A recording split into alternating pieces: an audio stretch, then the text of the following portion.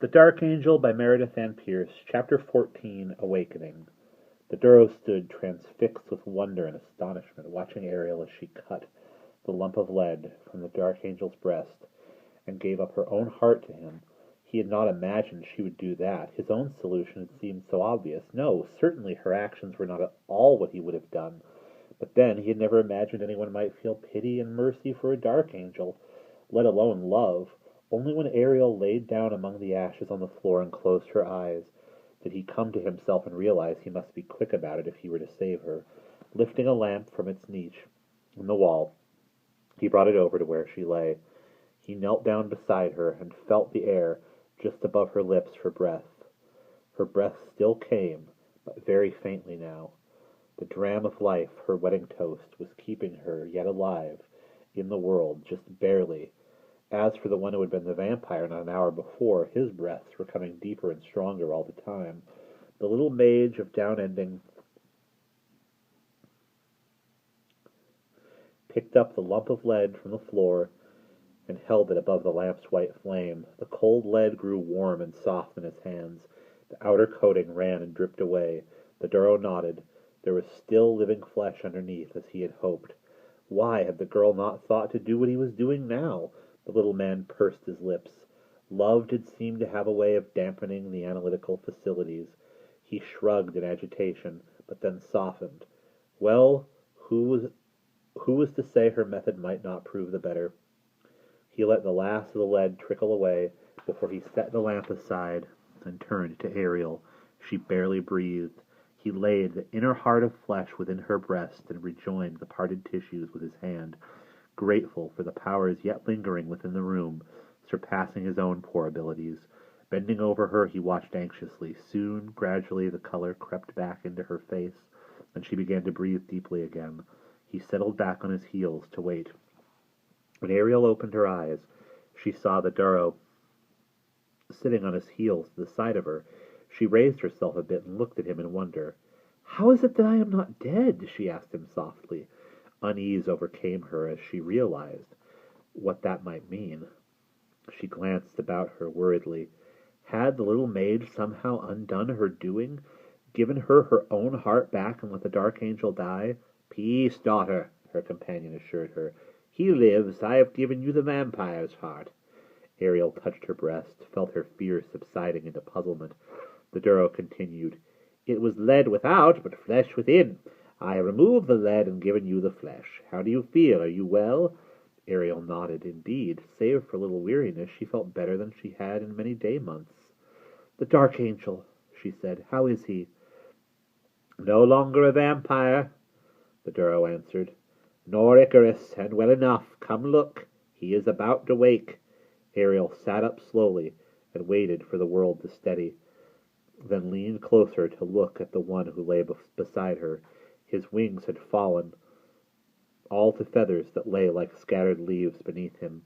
The slashes on his face and shoulder had closed now in clean, pale scars. That he was but a youth surprised her.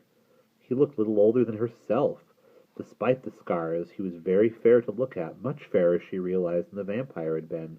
His skin was the light dun color of the plains people, and his hair was as glossy black as Eowyn's. He stirred once, as in troubled sleep. His eyelids fluttered. Ariel watched, and when his eyes came open then, she saw they were as blue as earthshine. "Nurse," he cried, sitting up stiffly. "Dirna, I've had a dream." His voice, though husky, a youth's, had somehow the quality and inflection of a child's. He sat a moment, frowning anxiously, murmured as to himself, "A long and wondrous dream." He caught sight of Ariel and suddenly started. "Who are you?" he asked. Ariel told him her name. "What did you dream?" she asked. "I remember," he began. I dreamed I was a vampire who drank maiden's blood." He halted, perplexed, and looked at Ariel more closely. "You are in my dream," he said.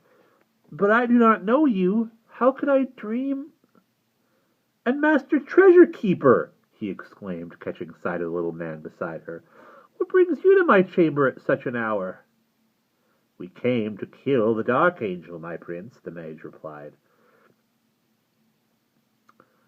You are Irlath, or you are Irlath, said Ariel suddenly, quietly. The realization at once surprised her and did not. This castle, then, is Tour of Kings. I am Irlath, he replied. My mother is Silva, the queen, and my father is the chieftain, Immerhill. Maid, are you some new lady of my mother's? Where's Durna and my other attendants? What did you dream of Durna? Asked the Duro gently. The young prince thought a moment. He shivered with cold. I dreamed, he said. I dreamed that Durna pushed me into a still, dead lake, and I lay on the bottom amid the eels' nests and the water weeds a long time, very cold, until Lorelei found me and brought me to her palace. Ariel felt a second understanding steal upon her.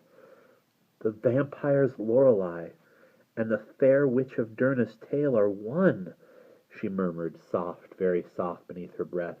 Now she understood the desert jackals in their pursuit of her for the immortal hoof.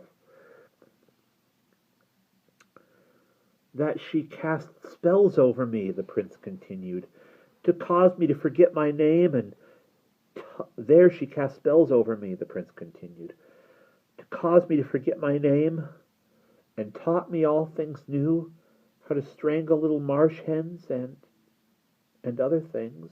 He closed his eyes a moment. Shivering, Ariel wrapped her arms about herself. She used to sing to me at night, said the youth. She told me she was my mother, and in the dream I believed.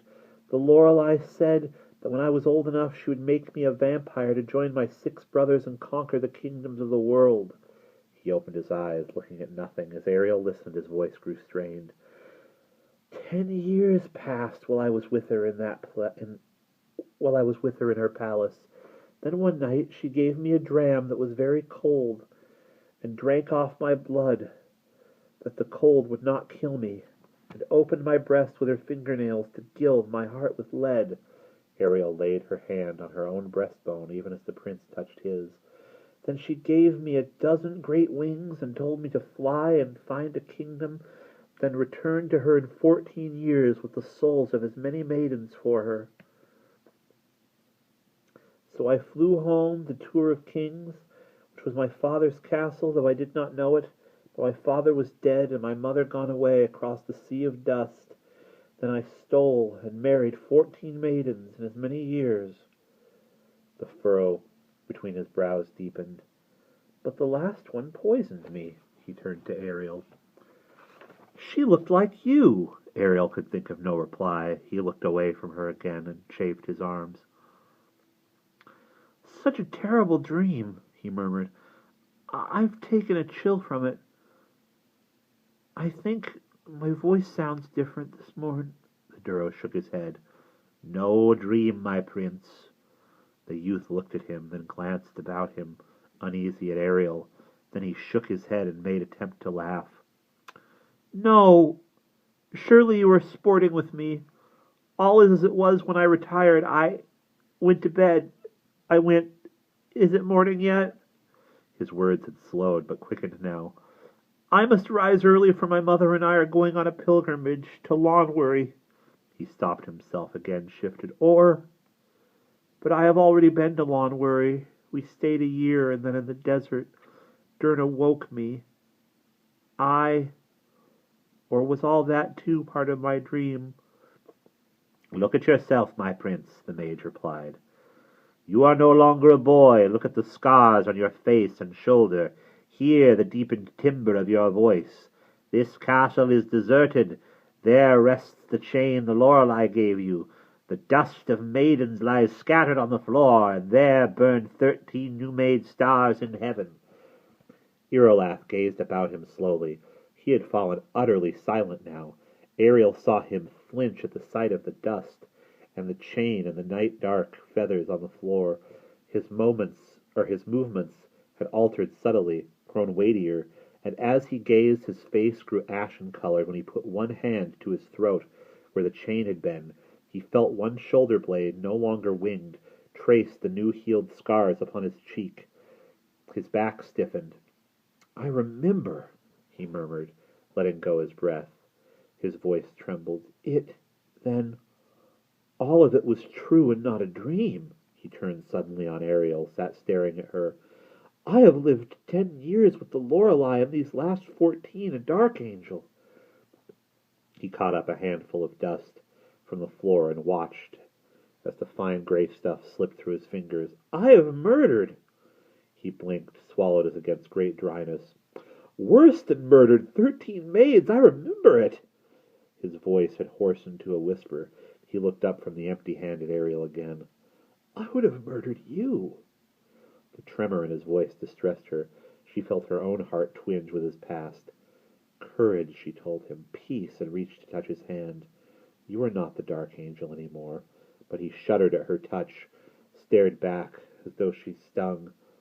"I am," he cried. "I have been." Then Ariel too drew back. "What's this I've done?" she murmured, gazing at him. "It was not solely your body I meant to heal." He shook his head. "Why have you spared me?" he whispered. "I don't understand." Ariel struggled. No words seemed enough. "There was a little good in you. You let me feed the gargoyles, spared the bats, and then my own life more than once." Irilath closed his eyes. "No kindness," he said. "Surely I never meant any of it for kindness. Even so—" "Children!" the Duro interjected then, his tone gentle and reproving. The young prince stared, as though he had forgotten the little mage entirely. Ariel was slower, turning to face the Duro. "Children!" he said again. "Mercy or love cannot be earned. They are free gifts only. This maiden's merciful love has made a start at healing you, my prince. Who knows what it will accomplish with time? And that is well. But just at present I think we must turn ourselves to more pressing matters." "The Lorelei," said Ariel. "Just so," the mage replied. "She must be slain," said Irilath, his words harsh with hatred. "I must—" But the Duro was shaking his head. "I fear that may be a bit beyond your power, Prince," he said kindly. "Beyond anyone's at the moment, in fact." "But what can be done?" said Ariel. "She will steal another babe and make a vampire of him when she learns that she has lost one." Or, this is the prince talking. "She will steal another babe and make a vampire of him when she learns she has lost one," murmured the prince. His teeth were clenched, his hands beneath Ariel's were as well. "And that we must prevent at every cost," the Duro agreed, his tone growing stern. "For when her Ichari number 7, they will be invincible." "But there is the blade adamantine," said Ariel. "I can wield it," said the prince, catching it up from the floor and eyeing it fiercely. "Against the Ichari. If only I might undo—" His voice faltered and his gaze fell upon the ashes on the floor. "Some of the evil I have helped to cause, perhaps then—" "But how may you ride against them, Prince, without a mount?" inquired the mage. "Horses are easily come by," began Ariel. "But not of the sort he will need, daughter. A winged steed to meet a winged foe." Irilath's gaze fell. He set down the blade again. "The star horse is dead," he answered dully. "The only winged horse in all the world." His voice grew tight. "I drove him into Pender to die." The Duro said nothing. He seemed to be waiting. Ariel sat by the prince a moment in silence. Then she rose and walked to where the vampire had thrown down the immortal hoof of the Aberclon after toasting his bride. She lifted the silver-bright vessel in her hands and